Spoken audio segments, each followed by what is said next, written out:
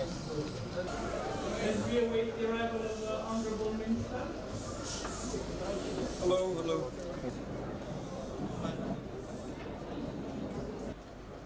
I am Ms. Sarah Party that has accompanied him to officially open our vocational technical. Good afternoon. Firstly, my apologies for being a bit late.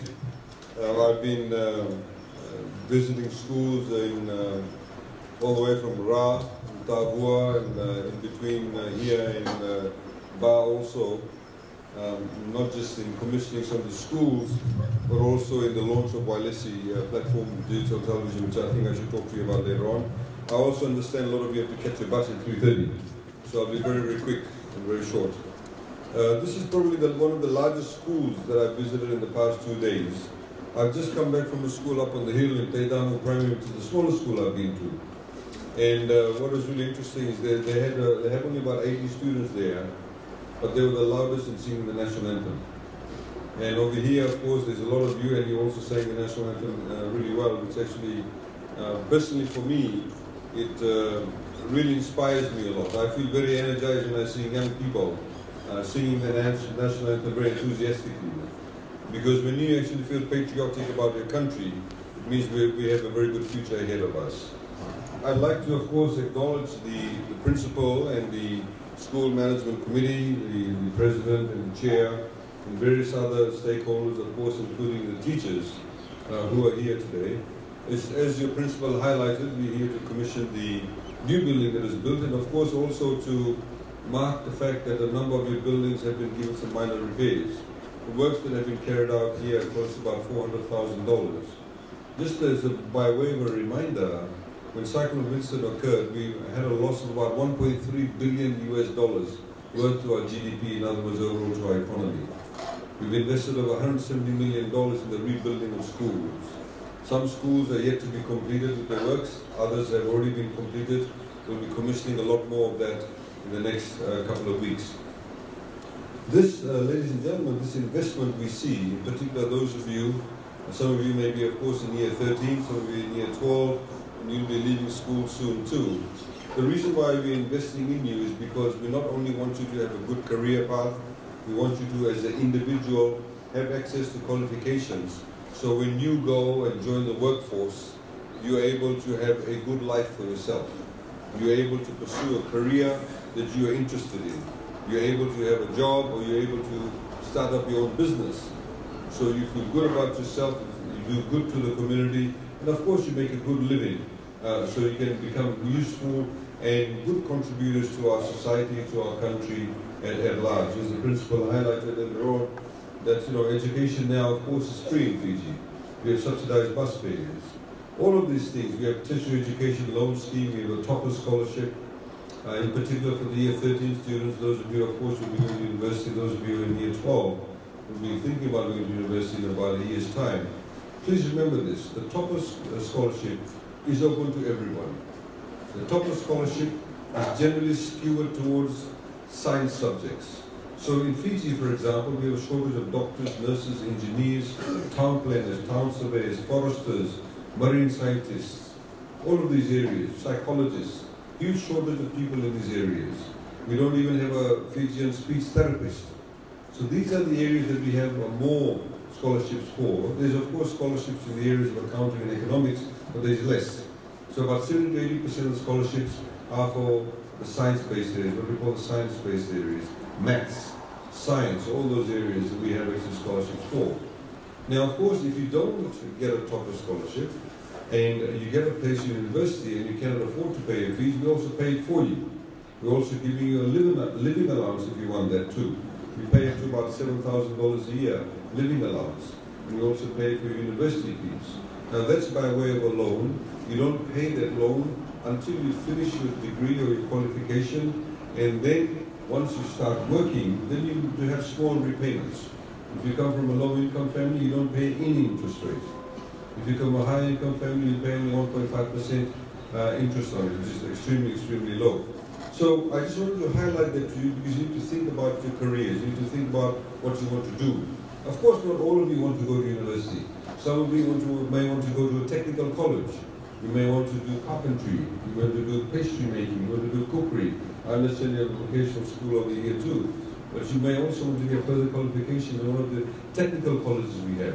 Please try to pursue that too. Because, for example, in Fiji, there's a shortage of tradespeople. We have some construction companies in Fiji that are bringing in tradespeople from Bangladesh, from Philippines, from Indonesia, because there's not enough tradespeople in Fiji. So if you're interested, for example, in plumbing, bricklaying, all those areas, you can actually get those qualifications. So please keep that in your mind. I also want to use this occasion to thank, as the principal highlighted, the school was established some time back. And most of the schools in Fiji actually were set up by people living in a particular community, in a particular locality. And a lot of these people who started up the schools, they worked for, they did not get paid for it. They made their own personal time and effort and contributed to building schools, starting the schools. And as a result of that, today we have a huge network of schools. So you have your school committees who actually run these schools. And I'd like to thank them for it. Please put your hands together for the school management committee.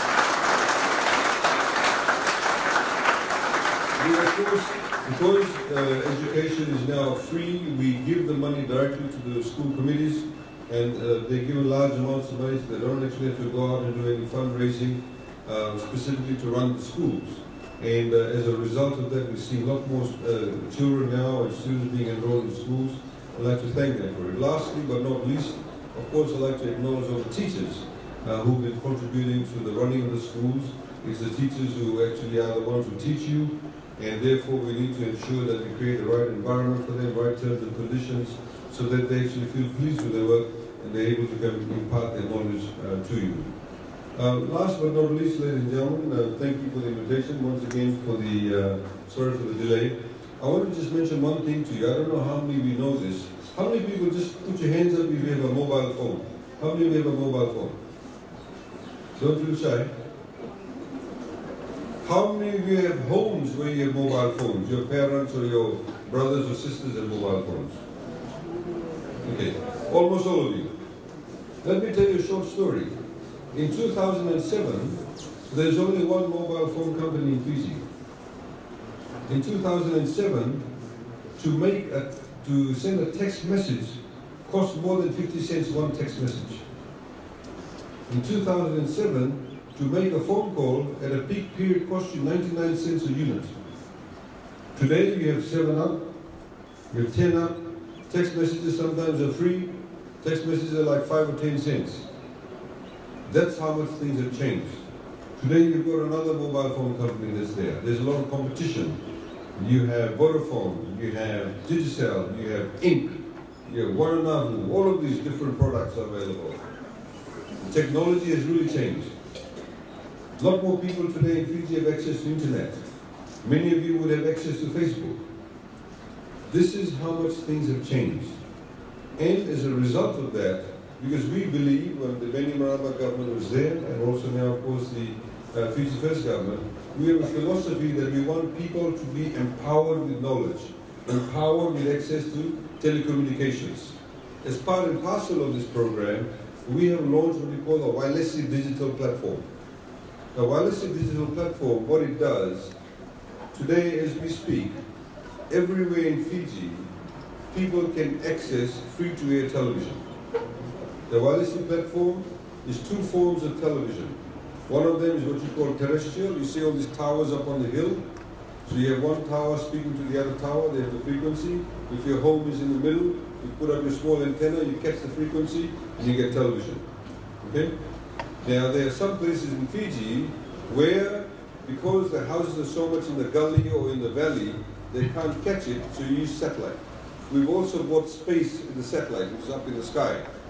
So, with Wailesi now, whether you live in Rotuma, whether you live up in the hills over here in Rasa, whether you live in southern Lao, you live in Vikobia, Vanumbalavu, Natasiri, wherever you live in Fiji, you can catch television. You can catch television either through the terrestrial means or through the satellite means. It means you now have access to 8 channels of television free of charge, which means that you can watch all these different programs. So one of the channels, for example, is a dedicated channel which is to do with parliamentary proceedings. In March, there's 2 weeks of parliamentary proceedings, which you can watch live. When Parliament is not sitting, we have a rerun of all the debates since 2014, and you can watch that also. You have entertainment channels. You have 3 FBC channels. You have 2 Fiji TV channels. You have a religious channel. You have My TV. All of this is now available free for you. So if you are in a home where you don't have Wailesi, you can get Wailesi. If your family earns less than $30,000 a year, we'll give you a free box, because Wailesi is run on a, what do you call those box? It's called the, what's the box, Isaac? The set-top boxes. In a set-top box, you simply connect that to your television set, and you get 8 channels, and you don't have to pay any more money after that. If your family earns less than $30,000, you fill out a form, we'll give you the boxes for free. And what we want to do also is use one of these channels from time to time very soon, where we'll actually run classes on these channels. So for example, if we run English classes on these channels, we may start at 10:30 in the morning, and that same class will be shown throughout Fiji.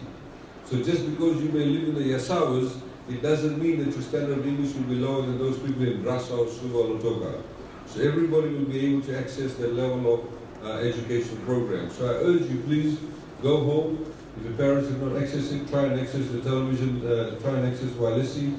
It's also available from various outlets.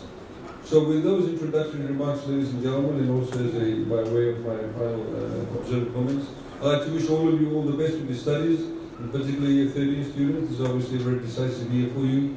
And the others, please, as I always say, wherever I go to primary school or high school, study hard, do your best. Not everybody can come first. It doesn't mean just because you don't come first, second, or third, that therefore you cannot pursue your dreams. Pursue a career that you want.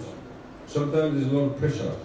Mother, father, or other people may say, be an accountant, be a lawyer. But you may not want to do it. You may actually want to do teaching. You may want to do economics. Or you may be very good in doing carpentry. Whatever it is, pursue the career that you feel passionate about. Don't pursue a career that somebody else tells you to do it. Because if you do something that you feel good about, you feel passionate about, you'll always do well in it. Okay? That's my final words. Thank you once again for the invitation. I'd like to wish you all a very good afternoon. Thank you.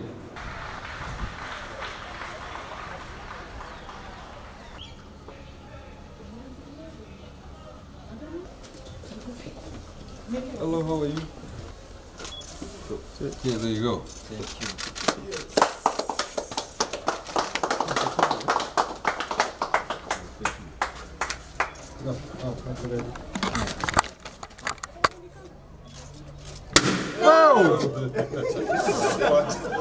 Some bomb inside.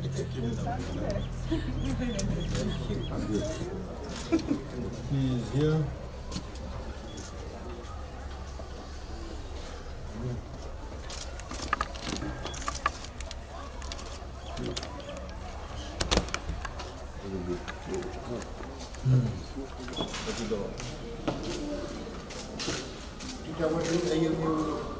Told you about the recording. For teaching the language. We have 60-40% ratio.